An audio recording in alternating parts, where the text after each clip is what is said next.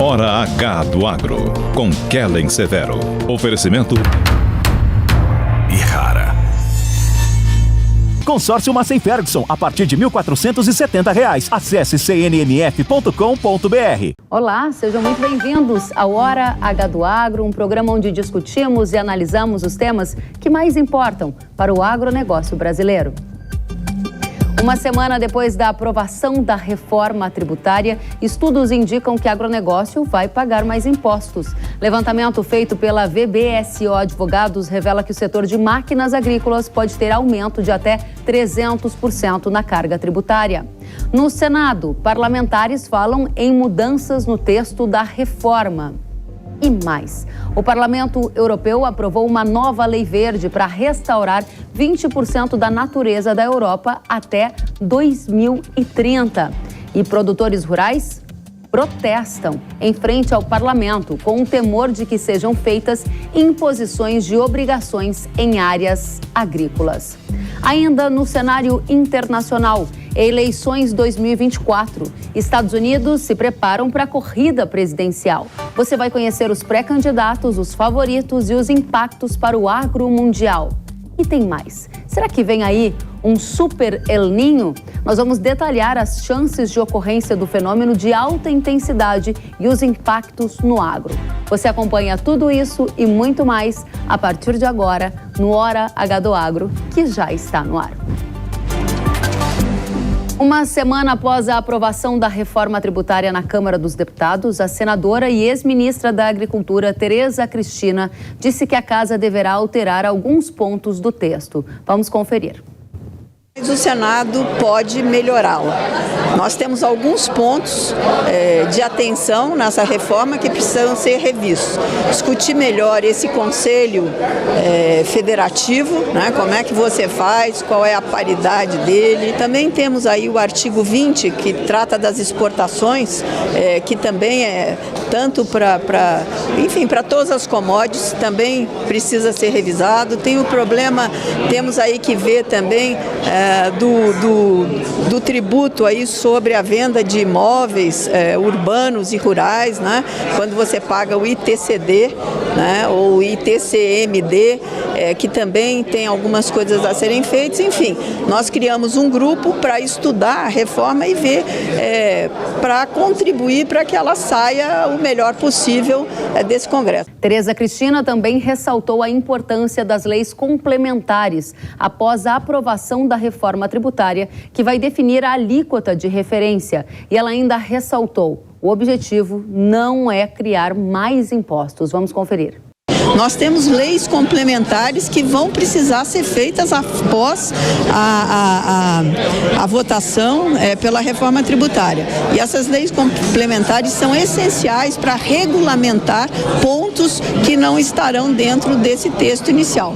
Então, as alíquotas, quais serão os produtos que fazem parte da cesta básica, enfim, ainda temos muita discussão pela frente, mas eu espero que essa reforma possa ser votada aqui nessa casa ainda no segundo semestre. Nós não queremos aumento de imposto.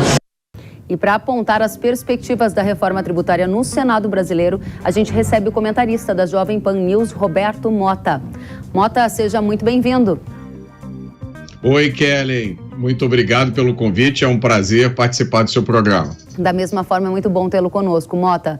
Primeira questão, a gente vai ter uma votação apressada no Senado, assim como vimos na Câmara? Espera-se que não. O Senado deve fazer uma análise cuidadosa do que foi aprovado na Câmara, que foi um processo de aprovação extremamente rápido, incompatível com a seriedade e com o impacto que o projeto tem. Esse é um projeto que vai afetar várias gerações de brasileiros. Ele deveria ter sido discutido com muito mais cuidado e participação da sociedade. A gente espera que isso aconteça agora no Senado. Pois é, essa é uma preocupação bem grande do setor agropecuário também. E o agro, Mota, também está preocupado com a possibilidade de pagar mais impostos. Só para dar um exemplo, no setor de máquinas agrícolas, a gente vai abordar esse tema aqui daqui a pouco, há estudos que apontam que a incidência de tributos pode aumentar em 300%. Há também uma outra preocupação do setor, que foi uma emenda que criou de última hora um imposto estadual extra. Ele basicamente cria um fundo de infraestrutura com recursos do agro. A pergunta objetiva é: você acredita que a reforma tributária no Senado ela vai ser ajustada para melhor, ou seja, para que o contribuinte pague menos tributos ao Estado?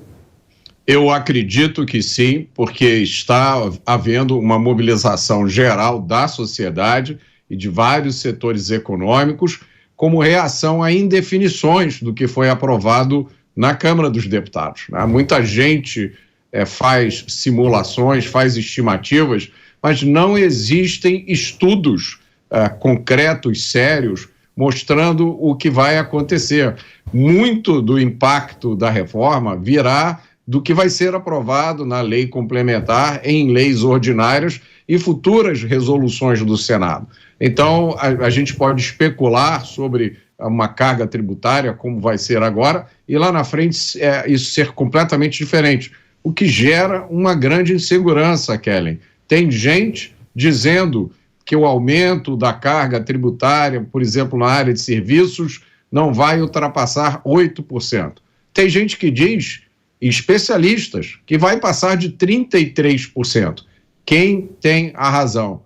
Por isso, o trabalho do Senado tem que ser muito cuidadoso. Muito cuidadoso. Nesse momento, muitas pessoas me disseram, e a sensação que fica é de que foi passado um cheque em branco. A reforma passou de uma forma muito assodada, apressada na Câmara, e alguns fundamentos básicos, como, por exemplo, a alíquota padrão do IVA, a gente não sabe qual vai ser. Nessa semana, inclusive, a ministra do Lula, Simone Tebet, disse que a taxa de referência do IVA pode ficar entre 26 e 28. Aí o Haddad, ministro da Economia, falou que vai ficar em 25. E tem estudos que apontam que a taxa do IVA do Brasil vai ser a maior do mundo. Você tem uma opinião de qual deve ser essa alíquota de referência na prática? Eu conversei com muitos especialistas, como eu disse, existe uma diversidade de opinião, mas fazendo uma média de tudo o que eu vi, e considerando tudo que aconteceu no Brasil nos últimos tempos, considerando que esse atual governo tem uma obsessão em arrecadar, nós acabamos de ver uma modificação nas regras do CARF, tá? Já foi sinalizada uma futura alteração do imposto de renda, então eu acho difícil que essa alíquota fique em menos de 30%. Caramba, menos de 30%. A gente começou essa conversa falando em 25%, você já fala em 30%, eu já ouvi o governador Caiado falando em 35%. De fato, há muitas preocupações. Neste momento, a sua avaliação do texto que saiu da Câmara e chegou no Senado, essa reforma tributária, foi boa ou foi ruim para o país? O que foi aprovado até agora é inevitavelmente, claramente ruim para o cidadão, ruim para quem produz. Porque o primeiro requisito de uma reforma, Kellen, deveria ser reduzir a carga tributária. É o primeiro. Né? Essa reforma não reduz e ela muito provavelmente aumenta. O segundo requisito deveria ser criar maior segurança jurídica. Nós já ouvimos vários juristas dizendo que vai começar um inferno tributário, que nós vamos ter 2 sistemas funcionando ao mesmo tempo, há vários programas que existem hoje que não são, aos quais não é feito referência nessa PEC que foi aprovada, ninguém sabe como vai ficar. E o último requisito de uma reforma tributária é a simplificação. Dizem que essa reforma vai simplificar, mas a impressão que a gente tem é que vai simplificar para o Estado, vai ficar mais fácil para o Estado arrecadar. E aí, imagine se o Estado, no momento em que fica mais fácil arrecadar os impostos, vai conseguir resistir à tentação de aumentar a carga tributária. Realmente é um desafio que a gente, enquanto contribuinte, tem pela frente. Para seguir adiante em relação ao Senado, Mota, no começo da nossa conversa você disse estar confiante que lá no Senado essa reforma pode ser melhorada. Eu gostaria de entender de onde vem parte dessa confiança e também lembrar a nossa audiência que cerca de 50 senadores hoje compõem a bancada do agro no Senado. Quero entender as suas expectativas de que se esta reforma pode ser melhorada, em qual direção e por quais fatores no Senado brasileiro.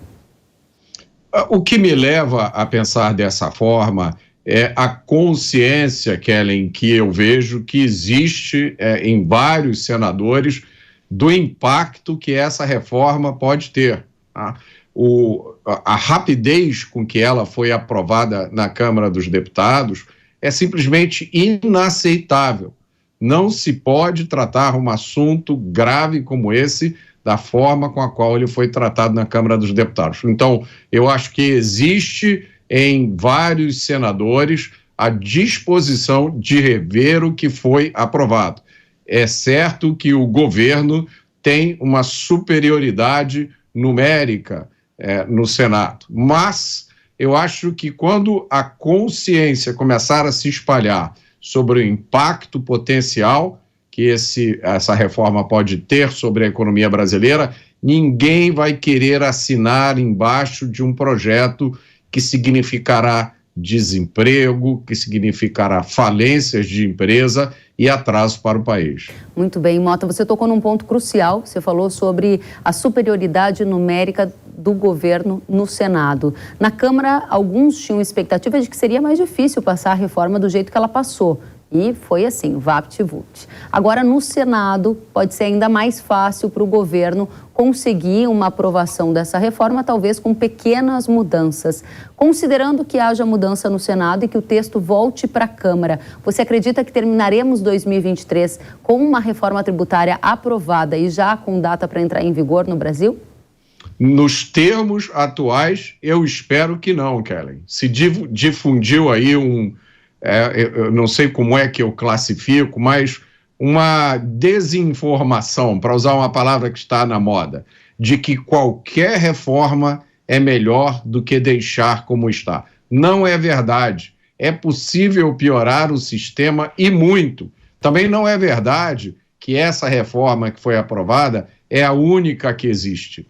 Há vários outros textos alternativos, por exemplo, a chamada PEC do emprego, que está no Congresso para discussão. O deputado Luiz Felipe de Orleans e Bragança tem uma proposta de reforma tributária que segue o modelo tributário americano. Existem várias alternativas. Um assunto como esse não pode ser tratado dessa forma. Tem que ser aprovado de qualquer jeito. Então, apressa-se um ritual que tem o seu tempo devido, faz-se uma votação numa hora tarde da noite, se eu não me engano a votação foi até remota. Não é possível se tratar um assunto como esse dessa forma. Então, se for para tratar assim e essa reforma puder ser revisada, eu acho que esse deve ser o caminho. A gente esperou tanto tempo, não pode esperar um pouco mais para ter uma reforma que realmente sirva ao Brasil, e eu acho que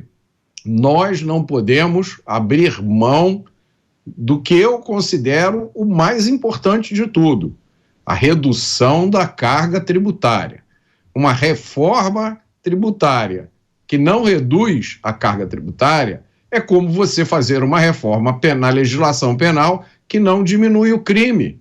Uma reforma aprovada do jeito que essa foi, é como eu dizer para você, Kellen, você vai por um lugar maravilhoso, eu vou te dar uma passagem, mas você só vai saber que lugar é esse depois que você já estiver embarcado no avião e o avião estiver no ar. É, no mínimo, uma brincadeira com a capacidade de raciocínio e com a inteligência das pessoas. E aí eu acho que é importante, Kellen, a gente olhar o histórico, tudo que já aconteceu nesse governo e que cada um faça a sua avaliação, se esse governo merece ou não um crédito de confiança. Roberto Mota, comentarista da Jovem Pan News, muito obrigada pela sua análise sobre reforma tributária e pelas expectativas no Senado brasileiro. Volte sempre, você é muito bem-vindo. Muito obrigado, Kelly, e parabéns pelo seu trabalho. Igualmente, Mota, até a próxima. O relator da reforma tributária no Senado, Eduardo Braga, afirmou que a ideia é entregar a PEC de volta ao Senado até o final de outubro. Isso porque, após alterações no texto da reforma no Senado, as modificações precisarão da aprovação da Câmara. Vamos conferir. Esperamos, num tempo que o Senado compreender maduro, o nosso objetivo é até o final de outubro poder entregar à Câmara dos Deputados uma contribuição do Senado. Já o presidente do Senado, Rodrigo Pacheco, disse acreditar que a promulgação da reforma tributária vai ocorrer ainda em 2023. Vamos ouvir. O que eu estimo, é só uma estimativa mesmo, é que possamos fazer esse trabalho e exauri-lo ao longo de 2 meses e possamos ter, no meio desse segundo semestre, a apreciação pelo Senado. E com um intuito muito forte de que a gente possa promulgar essa emenda constitucional da reforma tributária, que vai ser um marco político, histórico para o país, ainda esse ano. Após uma semana da aprovação da reforma tributária na Câmara, advogados tributaristas têm feito críticas ao texto. Segundo o vice-presidente da Academia Brasileira de Direito Tributário, Eduardo Diamantino, o agronegócio vai ter aumento de carga tributária. Vamos conferir. O fundamento inicial da reforma era a simplificação do sistema. Nunca se falou nem aumento nem redução, mas simplificação do sistema. Por conta disso, nós deixamos de ter IPI, ICMS, PIS e COFINS e criamos o IBS, a CBS, que é a contribuição, e o imposto seletivo. E de quebra, um contrabandeado no artigo 20, que é a constitucionalização dos fundos, como o FETAG, o FETAB. Então ficou 4-4, ou seja, não simplificou nada. Agora, o que tem de pior para o agro? É que o agro sempre trabalhou no Brasil, principalmente ao início da cadeia do agro, a produção rural, com diferimento até a agroindústria, ou seja, o produtor rural não recolhia e ficava postergado para lá. Agora, o que aconteceu? Todo mundo recolhe. Obviamente, existe um limite de 3.600 que a pessoa pode optar, mas, enfim, em tese, todo mundo recolhe. E quem fatura mais de 3.600 vai necessariamente pagar as contribuições como uma empresa que nunca o fez. O sistema agro brasileiro é estruturado por uma série de razões, principalmente da produção da pessoa física. E isso vai gerar um aumento de carga tributária. Acho que todo mundo precisa ficar muito ligado nisso, que o agro vai ser prejudicado. A reforma consistiu basicamente em colocar o agro para pagar imposto. O agro e o setor de serviço, os dois setores extremamente prejudicados. Obrigada, Eduardo Diamantino. A VBSO Advogados elaborou um estudo em que projeta aumento de até 300% na carga tributária de máquinas e implementos agrícolas após o texto da reforma tributária aprovado na Câmara. O setor de máquinas não foi contemplado com a alíquota reduzida. Vamos ouvir. Outra preocupação grande do agro é que o setor de máquinas e equipamentos ficou de fora dessa redução a 40%. Por mais que se insista que o texto final falou em insumos, máquinas e equipamentos para fins tributários não se confundem com insumos, né? Insumo é aquela coisa que se desgasta diretamente no processo produtivo. Pode-se defender que isso inclua máquinas e equipamentos, mas com certeza é um fator de litígio futuro. Ao ficar de fora, esse setor, portanto, pode sofrer um aumento de 300% da carga que hoje já existe, né? Por exemplo, na saída interna de máquinas e equipamentos, a gente tem uma tributação mais ou menos de 6% de PIS/COFINS, não tem ICMS, não tem IPI, e isso poderia ir para 25%, representando um aumento de 300%, porque são 18 pontos percentuais, né? 3 vezes a alíquota básica. E isso deve ser renegociado no Senado, porque não tem dúvida de que isso vai trazer custos de financiamento da operação para o produtor, sem a possibilidade, muitas vezes, de repassar para preço. A última preocupação é garantir que o imposto seletivo, que vai ser exigido de produtos que possam fazer mal ao meio ambiente ou à saúde, não atinjam efetivamente os produtos que compõem a cadeira do agro.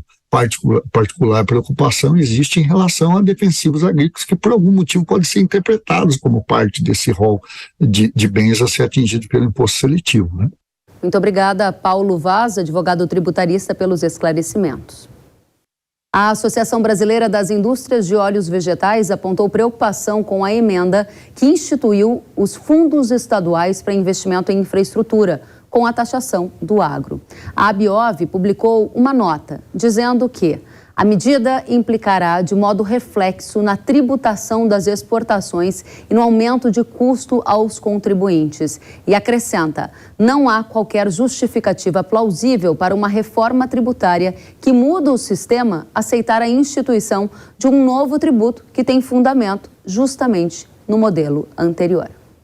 E sobre a criação desse Fundo Estadual para Investimento em Infraestrutura com recursos do agronegócio, o relator da reforma tributária no Senado, o senador Eduardo Braga, disse no Twitter que alguns dos artigos incluídos de última hora no relatório da PEC vão merecer atenção, inclusive esse.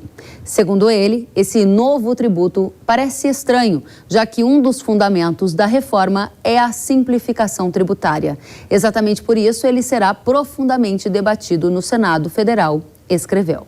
E nesta semana, o Parlamento Europeu aprovou uma nova lei verde que prevê a restauração da natureza. O objetivo, segundo o parlamentar, é recuperar ecossistemas para combater as mudanças climáticas e a perda de biodiversidade. A legislação recebeu 336 votos a favor, 300 votos contra e 13 abstenções. No site do Parlamento Europeu, diz que os deputados apoiam a proposta da Comissão de implementar medidas de restauração até 2030, cobrindo pelo menos 20% de todas as áreas terrestres e marítimas da União Europeia. Com essa aprovação dos deputados, o Parlamento deve iniciar negociações com o Conselho Europeu sobre a forma final da legislação. E relembra ainda que mais de 80% dos habitats europeus estão em mau estado. Vale lembrar que essa lei aprovada faz parte do Green Deal, ou Acordo Verde Europeu. Um dia antes da aprovação dessa lei, agricultores protestaram na França, onde fica localizado o Parlamento Europeu. Eles são contra a legislação europeia sobre restauração da natureza. Uma entidade da Bélgica, que representa os produtores rurais, afirma que o setor não é contra o objetivo da lei europeia, mas sim contra a maneira como ela está sendo aplicada, que, segundo eles, acontece sem pensar. No ato, os agricultores carregavam cartazes com frases como agricultura sustentável e agricultor ameaçado de extinção. No mesmo local, a ativista climática sueca Greta e diversos manifestantes protestaram a favor da lei. Durante um discurso, ela citou que a não aprovação da lei seria uma traição com as gerações futuras.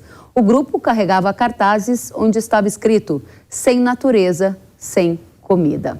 No site, a entidade que representa os agricultores afirma que a obrigação de restaurar habitats e espécies fora de áreas de conservação e a obrigação de restauração em áreas agrícolas são motivo de maior preocupação. Eles dizem ainda que falta uma análise aprofundada do impacto jurídico, econômico e espacial da legislação. Em outro posicionamento, os agricultores afirmam que mais áreas agrícolas farão novamente fronteira com a natureza a ser protegida, o que colocará em risco as licenças existentes e novas e criará uma grande incerteza entre os agricultores quanto ao desenvolvimento do negócio. A gente vai agora conversar com Eduardo Lunardelli Novaes. Ele é empreendedor rural e foi secretário de Clima e Relações Internacionais do Ministério do Meio Ambiente entre 2021 e 2022. Novaes, seja muito bem-vindo ao Hora H do Agro. Muito obrigado, Kelly. Um prazer conversar contigo. Da mesma forma, e especialmente nesse momento em que a Europa aprova uma nova lei verde. Primeira pergunta é: o que significa na prática para o agro essa nova lei verde que prevê uma restauração de 20% do território europeu, é isto? É isso, exatamente.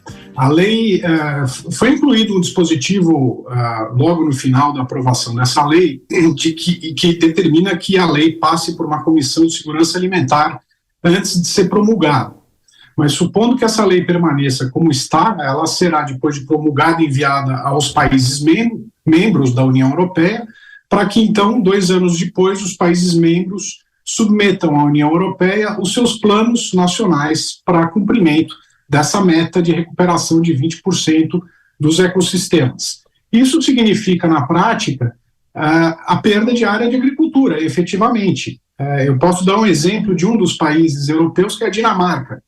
A Dinamarca tem hoje uma área de aproximadamente 76% do seu território, que é área de cultivo.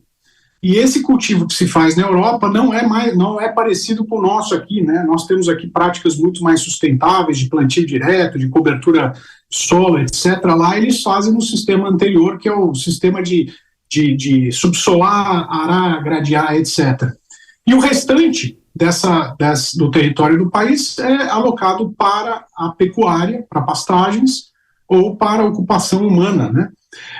Portanto, o que existe de área agricultável na Europa está ocupado efetivamente pela agricultura. Então, não existem áreas livres para serem alocadas à recuperação de ecossistemas, seja lá qual for o formato que vier a ser implementado para essa dita recuperação. Portanto, sim, haverá um impacto importante na agricultura, na área alocada para a produção agropecuária na Europa, e especificamente, na minha opinião, essa lei específica é boa para o Brasil, porque passa a colocar determinadas pressões de uso e ocupação do solo ou de ordenamento territorial na Europa, que nós aqui no Brasil sentimos há muito tempo e que são muito mais restritivas do que essa lei impõe ao território europeu. Portanto, eu acho que para o Brasil é interessante, é positivo, porque certamente ganharemos apoio político e força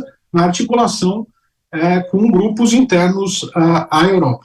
Interessante, Eduardo. Agora, em linha com o que você estava mencionando, agricultores europeus se manifestaram nas ruas e disseram que eles temem ser obrigados a restaurar áreas que são agricultáveis. Você já deu uma pista que acredita que isso vai acontecer. Agora, na prática, a produção agrícola da Europa como um todo pode recuar? Você deu um exemplo da Dinamarca. Eu gostaria de olhar também para outros players. Vamos pensar em França, em outros que também são grandes produtores, né?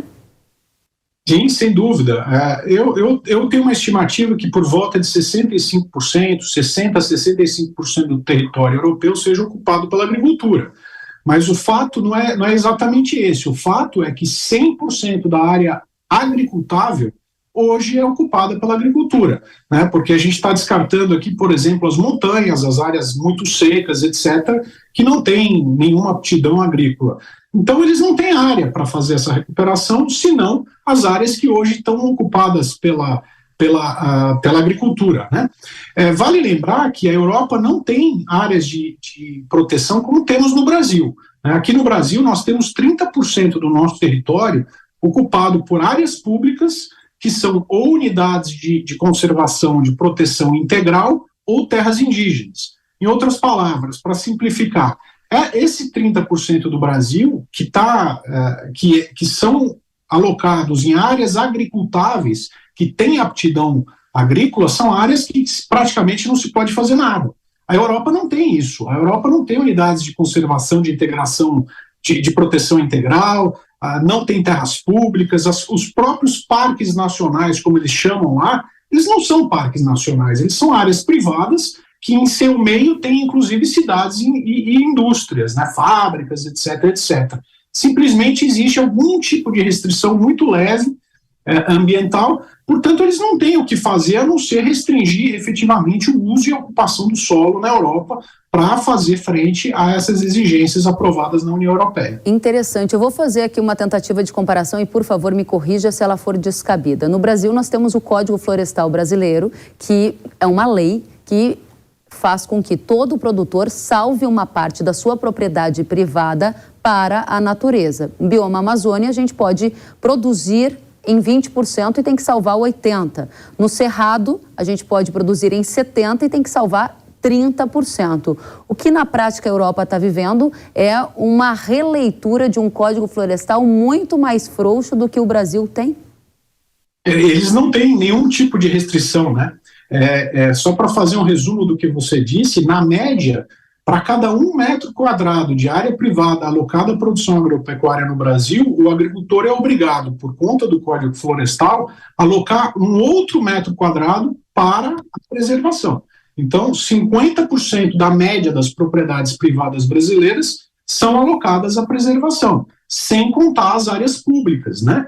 As unidades de conservação e as terras indígenas, áreas as áreas não destinadas, as áreas militares e assim por diante, né?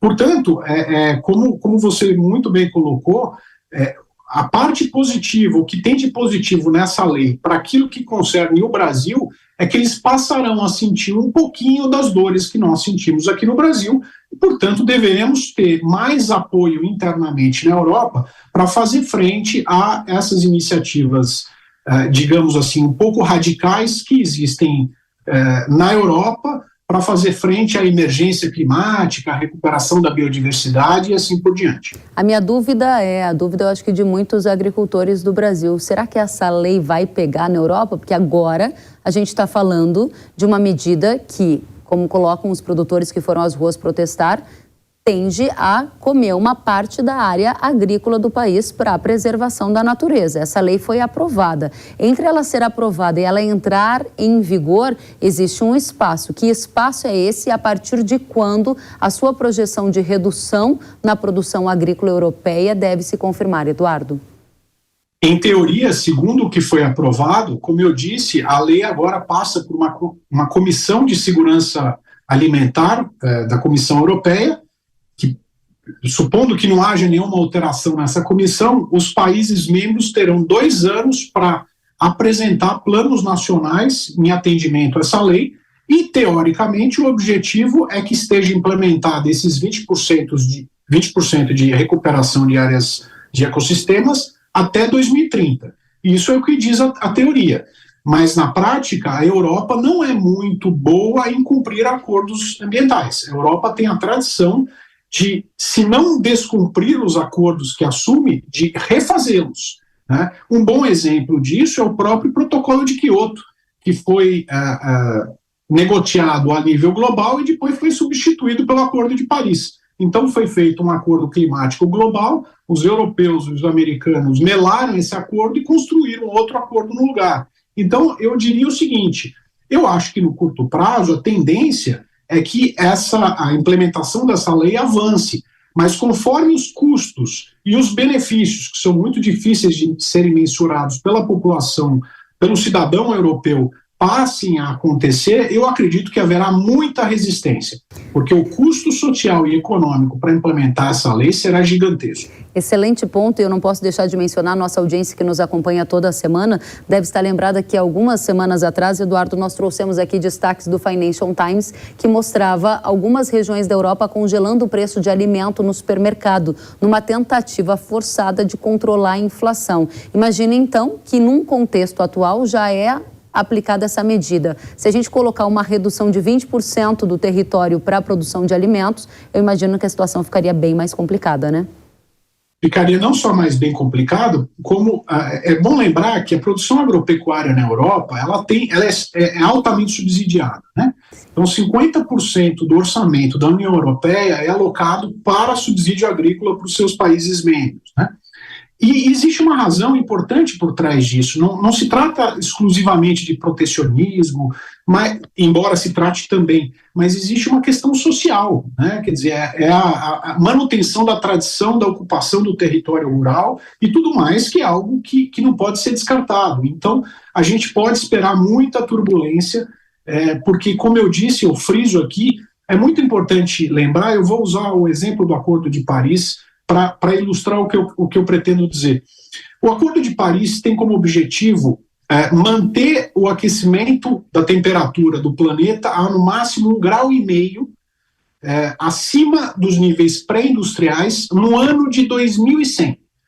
No ano de 2100, a maior parte da população global não vai estar aqui para ver os resultados dos esforços que estão sendo implementados hoje, que são da ordem de trilhões e trilhões de dólares. Então, esse movimento, quer dizer, essa radicalização desses posicionamentos estão impondo um custo gigantesco à sociedade global no dia de hoje, sem que a sociedade tenha condição de avaliar qualquer tipo de retorno ambiental. Né? Então, eu acho que é muito provável que nos próximos anos, ao nos aproximarmos aí da virada da década, nós deveremos começar a ver uma volta a um modelo um pouco mais racional, um pouco mais calmo, um modelo que privilegie os recursos estratégicos vitais de qualquer país, que é a energia, que são a energia e produção de alimentos. Então, eu sou pessimista no curto prazo, mas otimista no médio prazo. Eduardo Lunardelli Novaes, uma satisfação recebê-lo. Eduardo, que é empreendedor rural e foi secretário de Clima e Relações Internacionais do Ministério do Meio Ambiente entre 2021 e 2022. Volte sempre, muito bom tê-lo conosco. Muito obrigado pelo convite, Kelly. Até a próxima. Até a próxima. O governo brasileiro segue atento à lei antidesmatamento imposta pela União Europeia aos exportadores de produtos agrícolas. Segundo autoridades, não está descartada a possibilidade de o país recorrer à OMC, Organização Mundial do Comércio, contra essas novas regras. Vamos conferir. O Brasil poderá recorrer à Organização Mundial do Comércio contra o regulamento da União Europeia para produtos livres de desmatamento. A norma entra em vigor em dezembro de 2024. Segundo a secretária de Comércio Exterior do Ministério do Desenvolvimento, Tatiana Prazeres, a medida é unilateral e impactaria em 34% dos produtos que o Brasil exportou para o bloco europeu em 2022. O fato de que é necessário um esforço para que a gente se adapte e consiga comprovar que estamos adaptados às exigências, não afasta a possibilidade de a gente efetivamente questionar as novas exigências europeias à luz das regras internacionais de comércio. Os impactos da nova lei europeia nos produtos brasileiros foram debatidos na Câmara. Entre outros pontos, o regulamento incide sobre diversos produtos de origem natural, como madeira, soja e carne bovina. Para entrar na Europa a partir do próximo ano, essas commodities deverão passar por vistorias que afastem o risco de elas terem sido produzidas em áreas desmatadas. Entre as punições previstas estão a suspensão das importações, apreensão ou destruição de produtos e multa de até 4% do faturamento anual da empresa. Para o diretor do Departamento de Política Comercial do Itamaraty, embaixador Fernando Pimentel, a classificação de países por risco de desmatamento é arbitrária. Infelizmente a OMC demora muito, a gente precisa agir nisso mais rápido. A OMC demora, ela olha para trás, você tem que sofrer o dano para ir reclamar. A gente quer resolver isso de uma maneira proativa, mas a gente tem dúvida, sim, vários países de desenvolvimento estão olhando essa lei com cuidado. O diretor do Departamento de Políticas de Controle do Desmatamento e Queimadas do Ministério do Meio Ambiente, Raoni Rajão, disse que os europeus desconsideram os esforços do Brasil para zerar o desmatamento ilegal até 2030. Como diz a ministra Marina, ela já afirmou isso algumas vezes, né? É como se o Brasil falasse que não compra nada de nenhum país que queima carvão. Né? Enfim, não pode. Claro que os países estão trabalhando nessa direção. A própria União Europeia tem, né, um mercado de carbono que quem decide queimar carvão tem que pagar uma taxa de carbono, tem que pagar, né, para poder fazer isso. Isso acaba gerando um incentivo para outras tecnologias, mas de uma hora para outra proibir de maneira dura é algo que seria contraprodutivo. Rajão garantiu que a maioria absoluta dos produtos brasileiros atende a todos os requisitos da regulação europeia, mas teme que as comprovações necessárias causem prejuízos, sobretudo aos pequenos e médios agricultores. Líderes políticos de 60 países membros da Comunidade dos Estados Latino-Americanos e Caribenhos, incluindo o presidente Lula, se reúnem nesta segunda-feira em Bruxelas para discutir temas de interesse comum dos blocos. As negociações para a conclusão do acordo de livre comércio entre Mercosul e União Europeia podem ser objeto das conversas. Segundo o Itamaraty, Lula levará ao evento o posicionamento brasileiro em relação às últimas exigências do bloco europeu, como a lei antidesmatamento que acabamos de ver na reportagem. E a gente vai para um rápido intervalo e na volta você vai acompanhar eleições 2024. Estados Unidos se preparam para a corrida presidencial. Você vai conhecer os pré-candidatos, os favoritos e os impactos para o agro mundial. E tem ainda as expectativas de um super El Niño. Será que vem aí? A Agência Climática Americana atualizou as projeções sobre a intensidade do fenômeno e nós vamos entender os impactos para a safra verão e inverno do Brasil. Daqui a pouco eu espero você.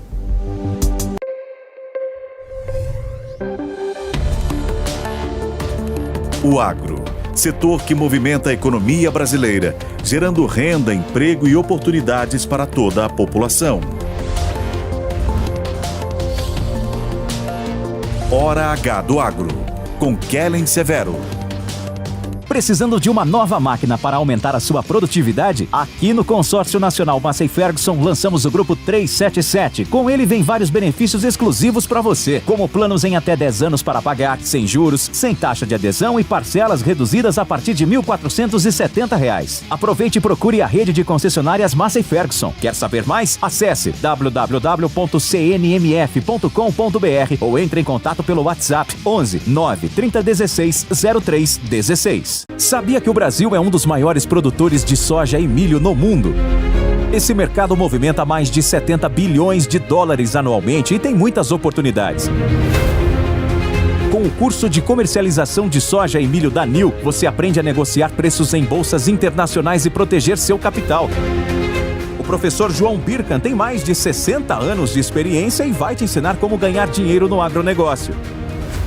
Garantir uma taxa melhor do dólar para daqui a 12 meses. Esse curso é ideal para você que quer trabalhar com trading de soja e milho no mercado financeiro e para você que é produtor e quer potencializar os lucros com sua safra. Ingresse no setor que mais cresce no Brasil. Acesse nilcursos.com.br e inscreva-se.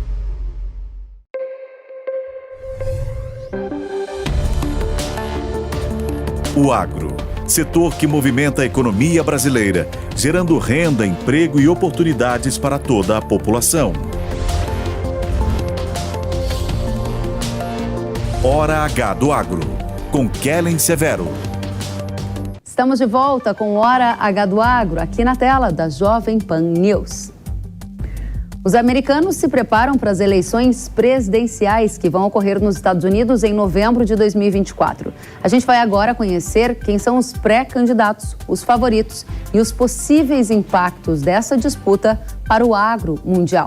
Para essa conversa, a gente vai receber o diretor para as Américas da Eurasia Group, Christopher Garman. Christopher, seja muito bem-vindo à Jovem Pan. Olá, é um prazer estar aqui com vocês. Da mesma forma. Primeira questão é quais são os principais nomes para essa corrida presidencial dos Estados Unidos em 2024, que já é assunto para a gente.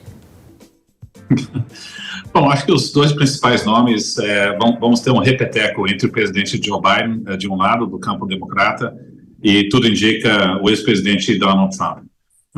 O presidente Joe Biden está dando todos os sinais que ele quer concorrer à reeleição. Quando o presidente incumbente decide isso, é muito difícil qualquer concorrente dentro do seu partido poder ser bem sucedido nas primárias. Até escuto relatos na Casa Branca que ele deve começar a campanha a partir de setembro desse ano, então, de uma forma muito inédita, o ciclo eleitoral está começando mais cedo nos Estados Unidos. E do campo republicano, nós temos o ex-presidente Donald Trump em uma posição muito vantajosa. Ele lidera as pesquisas, a despeito das dificuldades jurídicas que ele enfrenta. Ele tem um concorrente do governador da Flórida, Ron DeSantis, que também despontava nas pesquisas, mas só foi o ex-presidente começar a zoar do Ron DeSantis que ele começou a cair nas pesquisas, e quando ele foi indiciado, a vantagem do ex-presidente cresceu ainda mais sobre Ron DeSantis, a despeito do fato que o DeSantis tem o apoio do establishment republicano e muito financiamento. Então, parece que vamos ter uma repetição do ex-presidente Donald Trump contra o Joe Biden nas eleições presidenciais no ano que vem. Você citou o DeSantis, mas não citou o Kennedy Jr., que também ali nos democratas parece que está ganhando algum tipo de espaço. Está ou não? Vai ser Biden mesmo? Eu acho muito difícil, eu até diria assim, é quase inédito um presidente que concorre à reeleição não ganhar as primárias. Existe um mal-estar nas lideranças dos democratas sobre a idade do presidente Joe Biden. Ele entra nessa disputa, vai ter 81 anos de idade, existe uma preocupação nas lideranças democratas que talvez ele possa não ter fôlego, mas é muito mais difícil você eleger um sucessor do que ter um presidente concorrendo à reeleição. A gente tem dados disso, de um banco de dados de quase 400 eleições mundo afora. Então, a despeito desse movimento no Partido Democrata, altamente provável que o Joe Biden acaba ganhando as primárias. Muito bem, vamos para a próxima então. Você falou que há um favoritismo do Trump. Qual o cenário mais provável nesse momento? É uma vitória de Trump sobre Biden? Não, nós temos duas candidaturas, cada um com fragilidades. O presidente Joe Biden, acho que a idade dele é uma certa fragilidade. Ele está com uma taxa de aprovação de 42 pontos percentuais o que geralmente significa que o presidente é ligeiramente favorito para ganhar a reeleição. A gente olha a foto de hoje, se a eleição fosse hoje, provavelmente o Biden seria um ligeiro favorito. Mas a grande dúvida é como é que vai estar a economia americana no ano que vem. Porque o Banco Central americano está no processo de tentar domar a inflação. Vamos ter possivelmente e provavelmente mais aumentos nas taxas de juros do Federal Reserve, o que significa que pode haver uma recessão branda no primeiro semestre do ano que vem, dado a dosagem da política monetária. Se isso ocorrer, o timing é horroroso para os democratas, porque a sensação de bem-estar econômica pode estar diminuindo na véspera de uma eleição presidencial. Então, muito vai depender sobre se ou não a economia americana vai entrar numa recessão no ano que vem. Muito bem. Você falava sobre Trump. A gente, inclusive, tem imagens da última semana do ex-presidente americano, Donald Trump, com agricultores em Iowa. Iowa, que é um importante estado agrícola dos Estados Unidos. E durante um comício com esses agricultores, o Trump criticou o governador da Flórida, DeSantis, que também é pré-candidato à disputa. No evento com um agronegócio local lá dos Estados Unidos, o ex-presidente disse que DeSantis despreza totalmente o etanol de Iowa e o etanol em geral. E ele ainda Trump se autodefiniu como o presidente mais pró-agricultor que já existiu. De fato, Trump foi o presidente mais pró-agricultor que já existiu nos Estados Unidos, na sua avaliação? Ele conta com o apoio do setor agro nos Estados Unidos para 2024? Não, ele tem uma base de apoio forte nos estados agricultores, sim, se a gente pega o perfil da base eleitoral dele. Dizer que ele é o presidente que mais fez para o agro, a gente sempre tem que olhar com uma certa cautela essas frases do Trump, que tem várias coisas que ele é o maior em várias facetas, mas ele tem uma postura mais protecionista, sim, para defender o interesse do agro. Ele tem uma postura mais belicosa também, com relação à China. Então, em termos de política comercial e defesa do setor agro, ele tem, pelo menos, credibilidade perante essa base eleitoral e nesses estados, sim. Muito bem. A próxima questão é sobre a guerra na Ucrânia. A guerra na Ucrânia, para alguns analistas políticos, é entendida como uma guerra que tem o suporte de Biden. A mudança na presidência dos Estados Unidos impactará a guerra entre Rússia e Ucrânia na sua avaliação? E como isso afeta o agro global também, Christopher? Sem dúvida nenhuma, talvez uma possível vitória do Donald Trump é nessa área que talvez podemos ter repercussões maiores. O ex-presidente Donald Trump tem uma relação muito mais pacífica e até mal compreendida da relação dele com o presidente Putin. Então, ele tem declarado que ele vai terminar essa guerra. A vitória dele poderia colocar em risco, pelo menos em dúvida, se os Estados Unidos continuará os armamentos para o governo ucraniano do presidente Zelensky. É claro que para chegar a um acordo nessa guerra não é uma coisa que os Estados Unidos pode se impor. O que pode ocorrer é que os Estados Unidos já começam a ameaçar não dar armamentos para a Ucrânia. Aí resta saber se os países da Europa seguirão essa política do presidente Trump ou não. E também resta saber se o presidente Zelensky chegará a um acordo com o presidente Putin sobre esse conflito. Então, muitos passos são necessários para poder chegar ao fim de um conflito, mas certamente a perspectiva que os Estados Unidos talvez não ajude a Ucrânia de forma militar tão pesadamente pode mudar o cálculo, sim, desse conflito. Muito bem. Christopher, quero te agradecer demais. Christopher Garman, você certamente voltará mais vezes nessa corrida presidencial aí dos Estados Unidos para nos atualizar dos impactos para o agro brasileiro. Por enquanto, te agradeço demais. Você que é diretor para as Américas da Eurasia Group. Volte sempre, Christopher. Muito obrigado. Prazer enorme sempre estar aqui. Da mesma forma. Até a próxima. A Agência Climática dos Estados Unidos atualizou a projeção para o fenômeno El Niño. Esse fenômeno acontece devido ao aquecimento das águas do Oceano Pacífico Equatorial, mas ele traz impactos no clima ao redor do mundo. O fenômeno começou oficialmente no mês passado e os meteorologistas da NOAA revelam uma perspectiva de continuidade durante a primavera aqui no Hemisfério Sul e no verão. A imagem que você vê na tela mostra a probabilidade de ocorrência do El Niño. Veja que ele segue acima de 90% de agora até o trimestre de janeiro a março de 2024. No mês anterior, essa probabilidade também estava acima de 90%. A NOAA ainda diz que há 80% de chance de que o El Niño atinja a intensidade moderada durante o pico. Um El Niño forte tem 50% de chance de ocorrer e um fenômeno muito forte possui uma probabilidade de 20%, ou seja, 1 em 5, mencionou a Agência Climática dos Estados Unidos. Sobre este tema, a gente conversa agora com o analista de clima da Datagro, Felipe Soares. Seja muito bem-vindo. Obrigado, Kelly. Muito prazer estar aqui. Da mesma forma, obrigada por estar conosco. Pergunta-chave. Tem um super El Niño a caminho? Conta pra gente. Então, antes de responder sua questão, eu só queria mostrar uma arte para vocês onde acontece o El Niño. Vocês podem ver que aí na linha do Equador, nesse mapinha que está mostrando a temperatura, a anomalia de temperatura da superfície do mar, nessa linha do Equador é onde eles monitoram o El Niño. E você pode ver que nesse último mês, de 11 de junho a 8 de julho, já temos condições de El Niño, entre fraca e moderada, né? A temperatura está variando de 0,5 a 2 graus. E os modelos têm indicado aí, nas últimas semanas, uma redução nessa chance de super El Niño. Em meados de maio, o NOAA já indicava um super El Niño para o final do ano.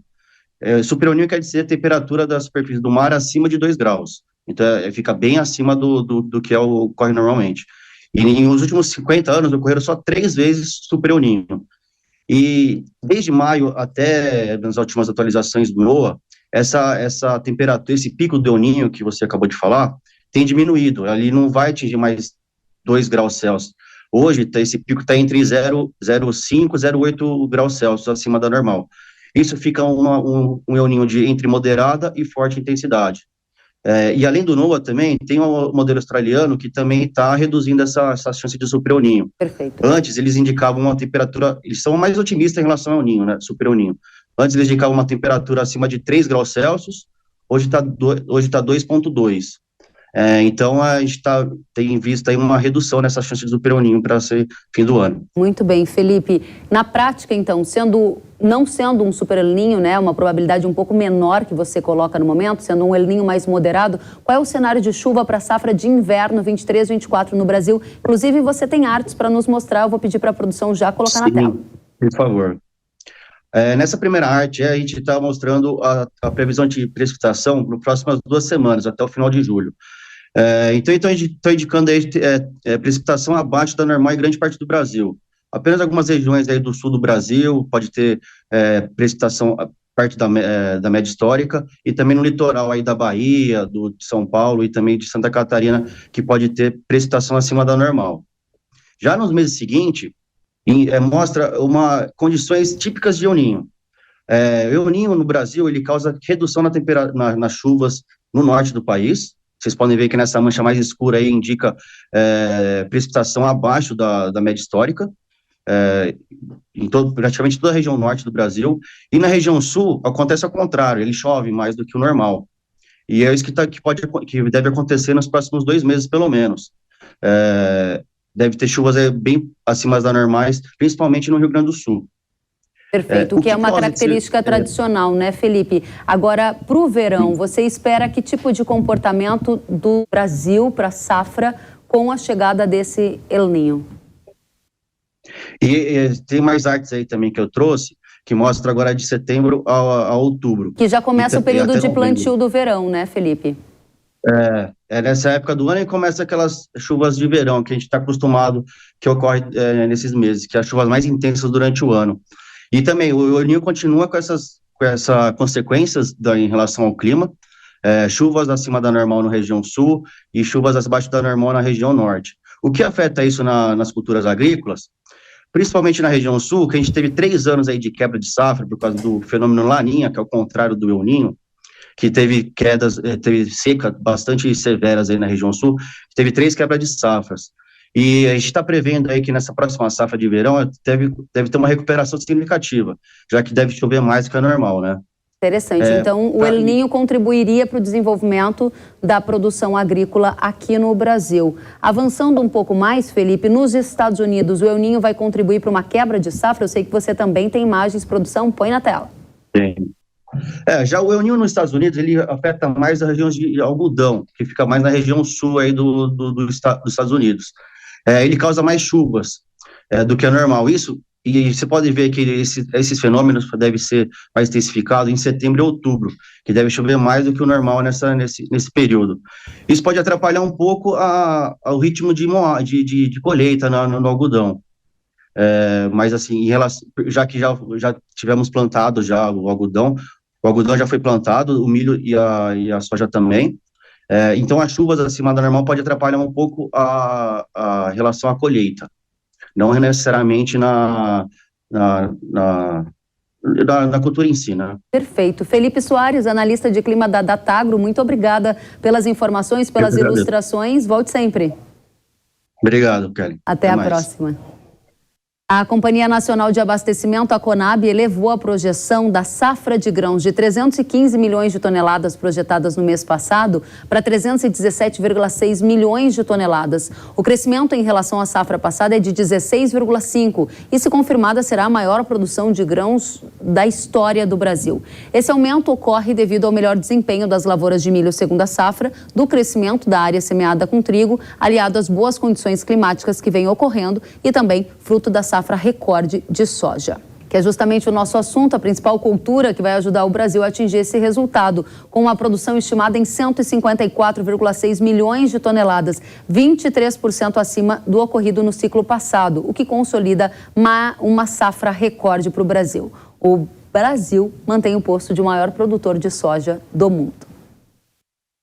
Para o milho, a previsão é de uma produção de 127,8 milhões de toneladas, incluindo as 3 safras. A primeira deve crescer 9,3, com uma safra de 27,3 milhões de toneladas. A segunda, e maior, é estimada em 98 milhões de toneladas, alta de 14%. E a terceira safra deve ter uma produção acima de 2 milhões de toneladas, uma alta de 7%. O secretário-geral da ONU, Antônio Guterres, enviou uma carta ao presidente russo Vladimir Putin com propostas para tentar salvar o acordo de exportação de grãos pelo Mar Negro. O tratado, assinado em Istambul em julho de 2022 entre russos e ucranianos, já foi prorrogado 3 vezes e expira nesta segunda-feira, dia 17. Autoridades russas têm dito repetidamente que não há motivos para renová-lo. A Rússia já fez essas ameaças antes. Nas 2 últimas prorrogações, o acordo foi estendido por 2 meses e não por 4, como era previsto originalmente. A gente segue na expectativa deste assunto. E agora é hora de manejo no Hora H do Agro. Vocês já ouviram falar em biológicos? Pois é, um mercado crescente no Brasil que a gente vai detalhar a partir de agora com o nosso convidado, Yuri Cozin, gerente de produtos biológicos da Yara. Seja muito bem-vindo. Obrigado, Kellen. Obrigado pela oportunidade de falar um pouquinho mais desse mercado que cresce aí na casa dos 60% ao ano. O mercado de produtos biológicos. Caramba, 60% ao ano de crescimento, e é por isso que a Yara decidiu investir milhões nesse segmento? Pois é, Kellen, um mercado que cresce muito ano a ano, né? Um mercado que vem trazendo muita rentabilidade para o agricultor e principalmente é um produto diferenciado, né, para ele utilizar no manejo integrado de suas lavouras, né. A Yara vem investindo muito, como você bem disse, né, no ano de 2022 foram 26 milhões de reais investidos em pesquisa e desenvolvimento, né, que é o DNA da empresa, e dentro desses investimentos os produtos biológicos, né, trazendo aí para o agricultor, né, como falado, produtos diferenciados, né, com DNA japonês, né, da nossa tecnologia empregada em todos os produtos. Qual é a perspectiva de crescimento do mercado biológicos para o futuro? Perfeito, Kellen. A gente tem um dado da CropLife, né, uma entidade que representa diversas instituições aí do nosso mercado do agronegócio, que diz que até 2030 a expectativa desse mercado é atingir aí a casa dos 17 bilhões de reais, né? Então, um crescimento aí na casa dos seus 30% ao ano, né? Um crescimento muito expressivo, e a tendência é que ano a ano isso vai ganhando mais espaço dentro das lavouras do nosso Brasil, né? Interessante que a gente está aqui falando de biológico. Será que todo mundo que faz parte do agro ou não faz parte sabe o que é biológico, afinal? Acho que vale a pena você detalhar para a gente o que é esse biológico e quais são as tendências nessa área. Perfeito, Kellen. Os produtos biológicos, né, ou os biodefensivos, como são chamados também, são os produtos à base de micro-organismos ou macro-organismos, né? São produtos aí, são micro-organismos, a gente pode dizer aí bactérias, fungos, né, entre outros, e também produtos derivados desses seres vivos, né? Então a gente chama os biológicos de terceira geração ou quarta geração, que são os metabólitos, né? Esses produtos, eles são desenvolvidos com formulações específicas para a gente utilizar nas lavouras aí de soja, milho, entre outras, né? Os nossos HFs aí, hortifrutis, espalhados pelo Brasil para controlar as principais pragas e as principais doenças que a gente tem no nosso território. Nesse portfólio, o que mais chamou a atenção da Yara entre os lançamentos de vocês? Perfeito. A gente teve 2 lançamentos recentes, né? O Romeu, nosso biofungicida, né? É um produto muito interessante porque é um ingrediente ativo novo que traz um modo de ação diferenciado para o agricultor, trabalhar o manejo integrado da ferrugem da soja e outras doenças da cultura da soja, que vem trazendo rentabilidade para o agricultor, né? A gente teve alguns trabalhos desenvolvidos com as principais cooperativas do Brasil na última safra, que trouxe um incremento de 3 a 4 sacas a mais para esses agricultores, né? E recentemente também trouxemos um bionematicida, o Trunenco, né? Que é um produto para controlar os nematóides que estão espalhados aí no solo, né? E trazendo um produto para controlar uma das pragas que mais cresce aí, que tomam mais de 35 milhões de reais ano a ano na cultura da soja. Interessantíssimo. E a gente quer saber o que vem por aí no futuro. Quais são as tendências, os novos lançamentos, Cozinho? Perfeito.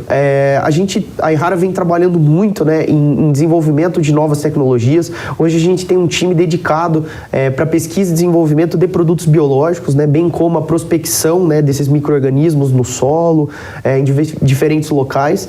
E a gente espera trazer para o próximo ano mais 3 soluções, né, 3 biofungicidas para esse mercado, e no futuro próximo aí ter um portfólio amplo aí com mais de 10 produtos para a gente estar trabalhando com os nossos agricultores, né? Excelente. Yuri Cozinho, gerente de produtos biológicos da Yara, a gente ficou muito feliz de te receber, especialmente para saber de todas essas novidades, desse crescente mercado e do mar de oportunidades que a nossa audiência pode aproveitar e surfar. Volte sempre, foi um prazer. Muito obrigado, Kellen, obrigado a todos.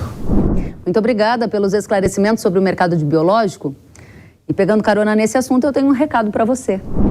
Os produtos biológicos são grandes tendências que estão trazendo resultados expressivos no aumento da proteção e na produtividade. Por isso, a Yara apresenta a Trunenco, o tratamento de sementes que coloniza a raiz da planta e repele os nematóides, formando uma colônia de proteção na semente. A solução tem o maior espectro do mercado, controlando com eficácia nematóide das galhas, nematóide das lesões, nematóide reniforme e outras ameaças à rentabilidade. A Yara também apresenta a Romeu, o inovador fungicida biológico ideal para um manejo preventivo que atua no controle de doenças da soja, capazes de causar perdas de até 90% na produtividade. Graças ao seu modo de ação inédito, Romeu ativa as defesas naturais da planta para resistir às doenças. As soluções são compatíveis com outros produtos, químicos e biológicos, tornando-se ferramentas-chave no manejo de resistência e na estratégia de proteção da lavoura. Quer proteger a sua produção com eficácia e sustentabilidade?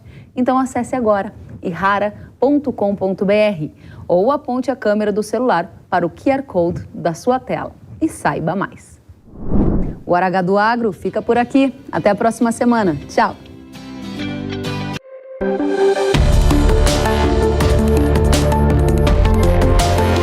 Hora H do Agro, com Kellen Severo. Oferecimento Yara.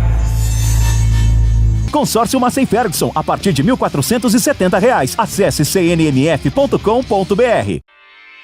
Realização Jovem Pan News.